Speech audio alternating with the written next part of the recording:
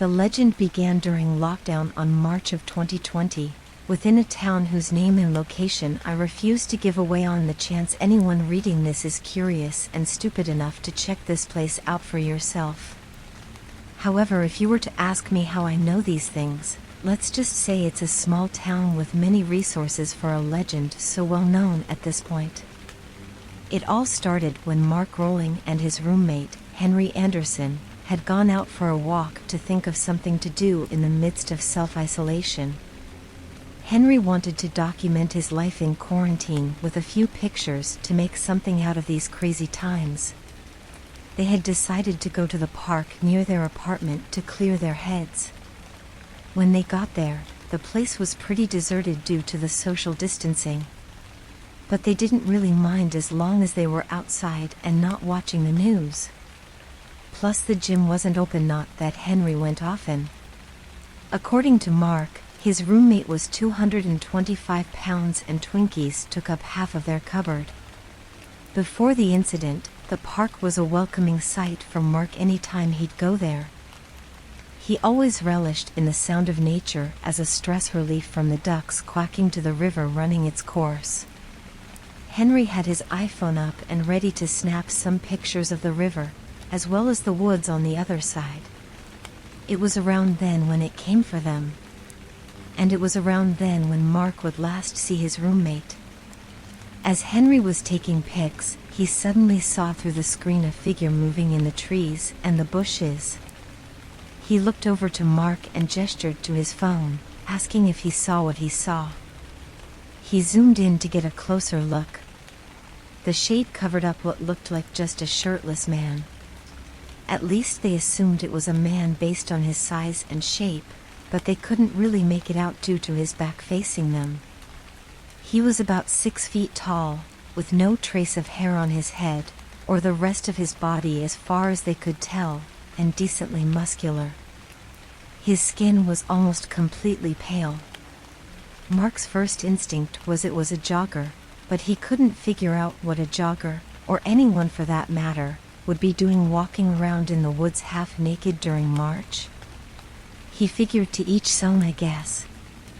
However, as this man emerged from the bushes, they could see he was more than just half naked. He was completely without clothes. Henry lowered his phone in disgust before he yelled, "Hey, have some common fucking decency." That's when the man turned to face them, and what they saw next left them without any words at all. This man, if anyone could call him that, had 2 black triangular rings circling what looked like large orange eyes, as well as another one circling his black nose and mouth. The entire design reminded Mark of ring-tailed lemurs he had seen at the zoo. Although his nose and his mouth were shaped like that of an average human. The creature was coming closer and closer to the river as if it was about to cross over to their side. Henry put his arm in front of Mark as they backed away, but before they could go any further to make a break for it, the thing stopped. It hadn't even crossed over from its side of the river. It just stared at them with its orange beady eyes, tilting its head around like any curious animal. It was almost as if it was measuring their sizes, although it seemed to be observing Henry more than it did Mark. Neither of them knew what to make of it. They probably figured in this worldwide pandemic, anything could happen. Eventually it stopped tilting its head, staying completely still as if it had no intent of leaving. It just stood there like a statue. Henry told Mark how lucky they were to have a camera for this kind of event. He put his iPhone up to snap a picture, however upon doing so, that's when the creature's eyes gradually began to glow. That was a moment Mark would never forget. It was daytime, but the brightness of its eyes still stood out amidst the sun. That's when Mark began to feel numb. He's described the experience as something reminiscent of that pins and needles feeling you get when your hand or foot falls asleep, except it was escalating to his entire body from his toes to his head. Henry I, I can't move. However, as Mark tried to talk, he realized he couldn't even bring himself to speak any further. Henry made no response. He just stood there as still as the creature was standing before they both fell on their backs, the rocky surface below them. As his eyes faced the sky, Mark tried so desperately to turn over to face Henry. To remind himself he wasn't alone. To talk to someone during what looked like was going to be his last seconds of life. He wanted so badly to panic and scream for help, to lift his head up to see if this thing was coming for them, if only he could move. He remembered he felt tears coming down his eyes, yet he couldn't even bring himself to cry. Suddenly he could hear the splashing sounds of the river getting louder, which meant this thing was getting even closer.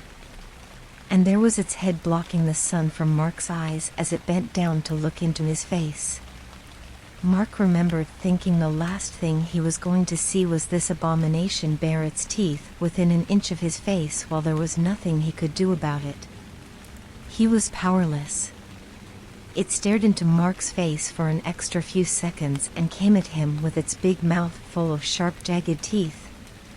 Mark closed his eyes in the hopes that this would be quick and painless. But he felt nothing.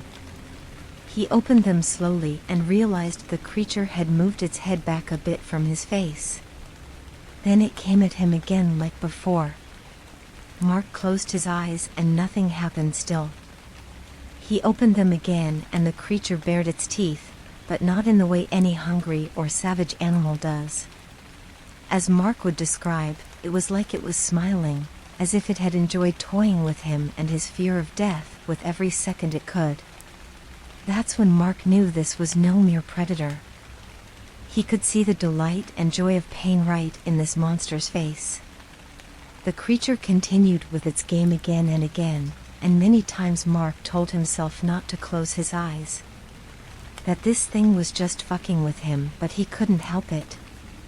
He was so scared shitless, and all this bastard did was keep at it. Until finally, Mark blacked out.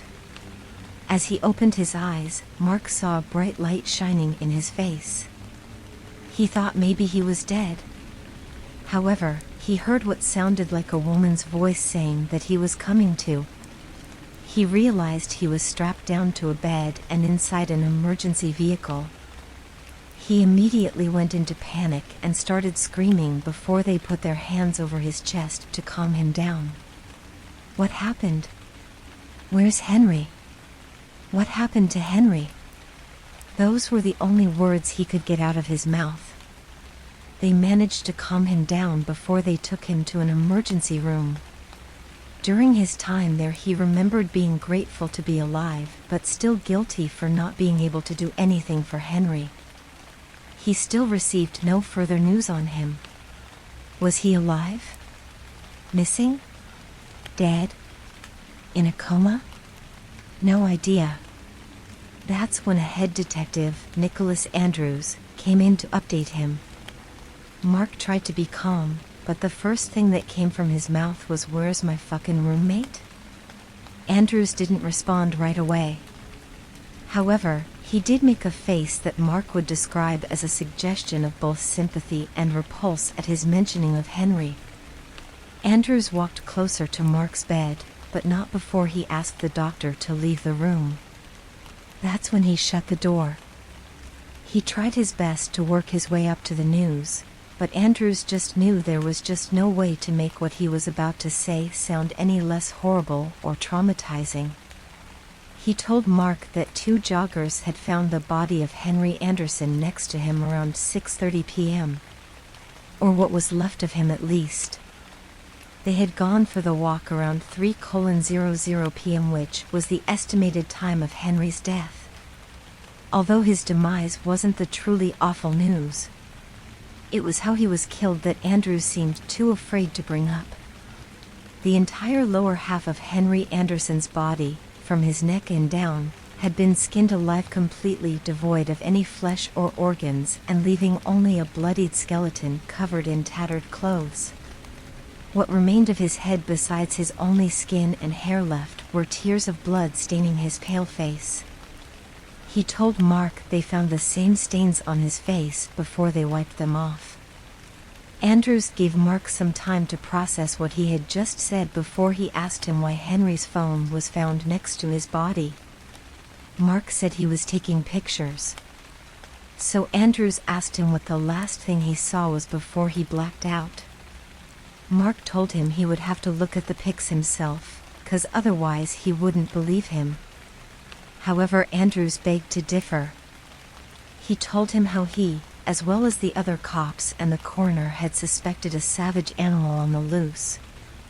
However, no animal attack could explain why the head was never devoured or the tears of blood on Henry Anderson's face. Their next best estimated guess was some sort of ritual killing. But no human killing could explain the strange footprints found near the body.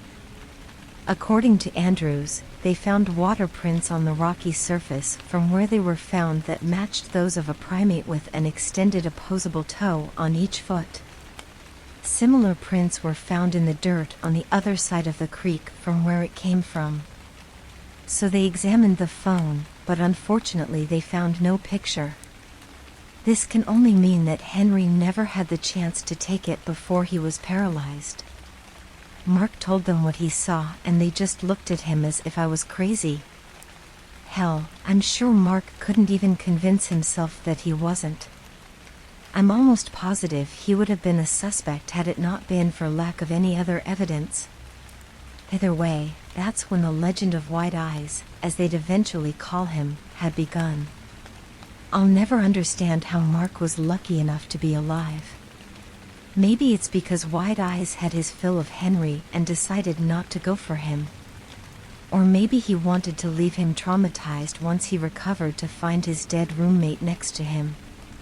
Most people in town would avoid Mark at the store or bars since Henry's murder, even in spite of his name being cleared. That was until the sightings of White Eyes had multiplied, as well as more killings mirroring that of Henry's. It was about a month after Henry's death that White Eyes would claim his next victim, a man named Victor Cross, who made a 911 call during his last moments. It was around 10:30 p.m. when it happened. The recording made it to the news within 2 days after his death. Operator, 911, what is your emergency? Victor, my name is Victor Cross. There's someone outside my bedroom window. I mean, they're not right outside my house, they're on top of my neighbor's roof. She lives on, address withheld. Operator, can you describe the prowler for me, sir? Victor, not really, it's too dark. He looks medium built, average height, I'm assuming it's a man. Doesn't even look like he's wearing clothes. Operator, sir? Victor, this guy just jumped up and grabbed onto the branch of a tree above my neighbor's roof, with his feet, what the fuck? He's like a fucking monkey, for Christ's sake. Operator, sir, is this some kind of joke or are you stoned? Victor, I'm straight and know this not a joke, oh my god. Operator, sir? Victor, he turned his head towards me, I think he sees me, you better get the fuck over here. Operator, sir, I've sent someone over, if you feel intimidated go lock yourself in any other room without windows. Are there any weapons in the house? Is anyone else there with you? Victor, he's lifting his arm up. Operator, is he armed? Sir. Is he holding a gun? Victor, no, the son of a bitch is just pointing his finger at me. Operator, all right sir, just stay calm, stay on the line with me. Victor, his eyes. Operator, sir? What followed afterwards was the sound of the phone dropping as well as shattered glass. A snarl came from the speaker that didn't sound human, or like any known animal. When the police arrived at the neighbor's house, there had already been cops over at Victor's place as well. The same neighbor whose house has been intruded upon called 911 when she heard the break-in at Victor's home. His killing was done in the same way as Henry's. That wasn't the only time White Eyes had broken into someone else's house. Several reports of a man with a lemur-like face and glowing eyes escalated from June to August in areas ranging from parks to neighborhoods. Whoever thought they were safe as long as they stayed out of the woods soon found out otherwise. Any child who wandered off from their families at playgrounds and deeper into the woods went missing. All they ever found of them were either their little shoes or toys next to White Eye's footprints.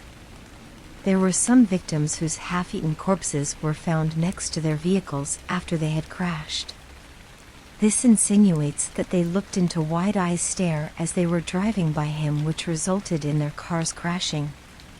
They either went into a pole, a tree, or rolled down into a ditch. Their bodies were always dragged out of their cars by White Eyes. A couple of them were already dead before he consumed them. To this day, no one knows who or what White Eyes is. Whether he's a demon, an alien, or some undiscovered species is anyone's guess. Who knows if he's even of our reality?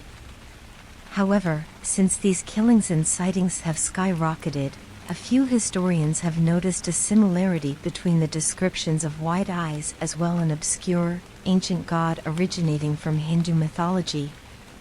This particular deity was most often associated with disease and sloth, whose presence can only be summoned by an epidemic that has affected a great number of people.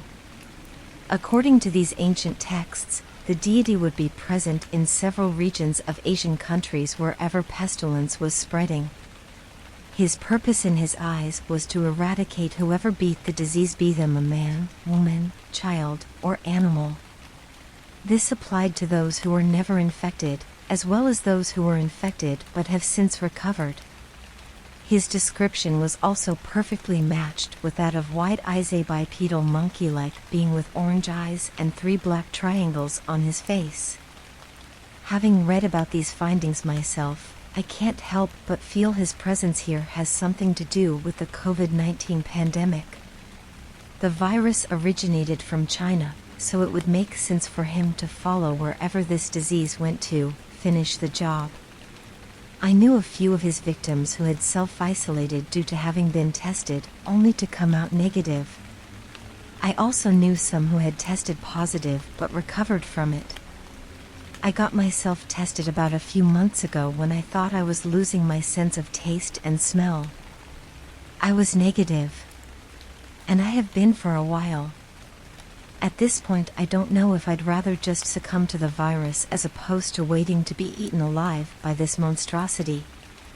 As far as we know from these texts, there seems to be only one of this deity. However, from what I've also read, how many there are of him doesn't negate his unpredictability. This deity has proven just as random as the disease that summons him. If a plague were to affect 2 or more separate regions, he would take no particular number of lives before he moved on to another region. Sometimes he'd even return back to where he left off. This begs the question, how long will it be before White Eyes leaves this town? And where else has he been in this world since the pandemic hit? Will he return again even if he does leave? These questions may never be answered. The few people who did manage to survive White Eye's stare claimed that you had at least 5 seconds before the eyes went completely bright. By then you could escape without the paralysis taking effect. However, even that wasn't a guarantee for survival.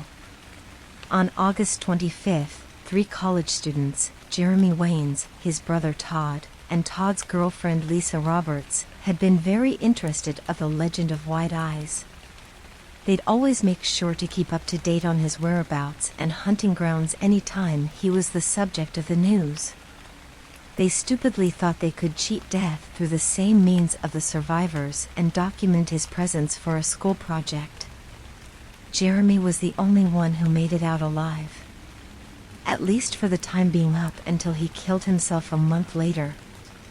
According to Jeremy, they had a video camera as well as flashlights ready for when they'd go out to the park. The same park where Henry was killed. It was about 1:45 a.m. They agreed that they were going to stay together and as far away from the trees as possible. Lisa would be their camera woman, while they lead the way with their flashlights. They kept on the sidewalk trails thinking it would be safer.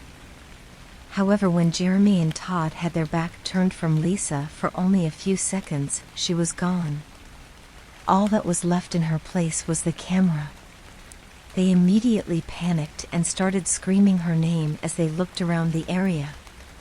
They hoped to God she was just fooling around with them. But when they examined the spot from where she was taken, they found the footprints of Wise Eyes in the dirt to the left of the sidewalk trail she was taken from, with no trace of Lisa's prints from her shoes. They realized they'd have to follow Wide Eye's prints deeper into the woods, ready to avert their eyes on the chance he would start to make his glow. Jeremy kept his attention to the footprints as he followed them with his flashlight. That's when he began to hear a snarling sound. He turned the light to Todd to ask if he heard it and where it came from. But Todd didn't answer. His eyes were big and his jaw was open. He didn't even blink in response to Jeremy aiming his light at his face. Jeremy was afraid maybe Wide Eyes was right there with them, staring into his face with his glowing eyes. However, no tears of blood came out. And Todd was still holding his light up as opposed to falling down to the ground like the rest of the victims. So Jeremy looked to where Todd's flashlight was aiming. Soon he had the same reaction. They found Lisa, and there was Wide Eyes, digging his teeth into her throat as her body was pinned down. Lisa's head was facing them, but there were no tears of blood to be found on her face. This means she had kept her eyes closed the whole time prior.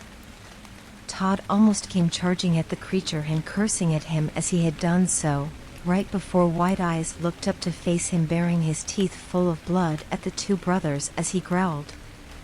Jeremy kept pulling Todd back and panicked as the monster's eyes began to glow. He warned his brother that they only had 5 seconds before the paralysis took effect. That's when Todd stopped fighting him and they ran from the scene. They made their break for it out of the woods. Jeremy could hear Wide Eyes swinging from the trees as they ran, gaining up on them more and more. He thought that as long as they got out of the woods, away from the trees, Wide Eyes would no longer have the advantage. However, as Jeremy was getting closer to his car, he heard Todd scream from behind him. Wide Eyes was pinning him down. Todd kept his eyes closed and yelled at his brother to run right before Wide Eyes dug his teeth into his throat.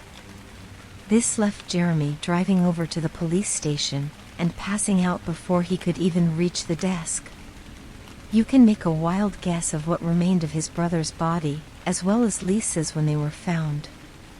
You might be wondering whether or not anyone ever tried to take action against Wide Eyes. Well, it wasn't until September 1st that someone finally did, or at the very least he tried to. That someone was an elderly man by the name of Bob Hayes. I've bumped into him now and then on my walks in the parks when I still went outside, of course. Cranky old bastard. Always staring at me when we'd walk past each other and never saying hi back whenever I greeted him. Bob Hayes owned about 2 horses on his property. Both of them quarters. He said he had heard of the legend of Wide Eyes but wrote it off as a ploy to scare everyone from wanting to go out and encourage social distancing. He was, after all, one of those people who never wore a mask when it was required of him, and also believed COVID was just a trick by the government. So what would you expect? Bob heard his Doberman barking downstairs at about 12:30 a.m. The dog often barked to warn him of coyote or a fox. He figured he could just scare them off with a gunshot. When he got out of his room, rifle handy, he went downstairs to get the dog to go out with him. But what he found was the poor animal cowering in the corner of the kitchen in his own urine. He wouldn't come to him when he told him to, like he usually did. That's when Bob knew something was wrong. He went to the screen door facing the backyard where the horses were kept. For once Bob wasn't ready to go out and examine the scene himself. So he cracked the door a bit and turned the flashlight on. He aimed the light towards the iron gate that kept the horses in their spot. Immediately, he could tell there were bloodstains on the rails. Upon leaving his house to examine closer, he found that his horses had met the same fate as every other one of the human victims, with monkey-like footprints next to the half-eaten corpses. Some people I know said Bob assembled a hunting team of 3 of his friends from the Korean War to track down White Eyes against his wife's objections, of course. They had followed his footprints into the woods where he was normally sighted. Since then, they had been missing for about 2 weeks. On September 30, their bodies were found in the woods next to those same footprints. Each of them had a rifle next to them that was completely devoid of ammo.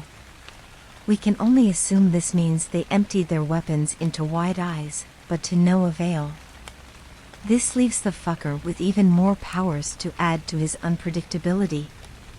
A week after their bodies were discovered, Bob's poor wife was found dead in her bedroom with the window shattered. Same fate as the rest. I'd be lying if I said the legend of White Eyes hasn't done a number on me. To this day, I don't leave my apartment. I don't see the sunlight anymore. I purchased some curtains after the sightings continued on the chance he's ever out there, waiting for me to look into his stare. My lease won't allow me to put bars up. So to be safe, I never look out my windows or go for a walk anymore. Never socialize. Never date or hang out with family. All I do is spend most of life wondering if or when he'll come for me. I worked from home before the sightings, so that doesn't feel like too much of an adjustment. Those jobs aren't that hard to find with COVID. However, as I try to cope with the stress of paying my rent and my lack of fresh air, more and more I feel like my mind is wasting away. White Eyes is all I ever think about. I don't even shave anymore. There are weeks where I don't sleep or shower. I just keep updating myself on the thing that killed my roommate.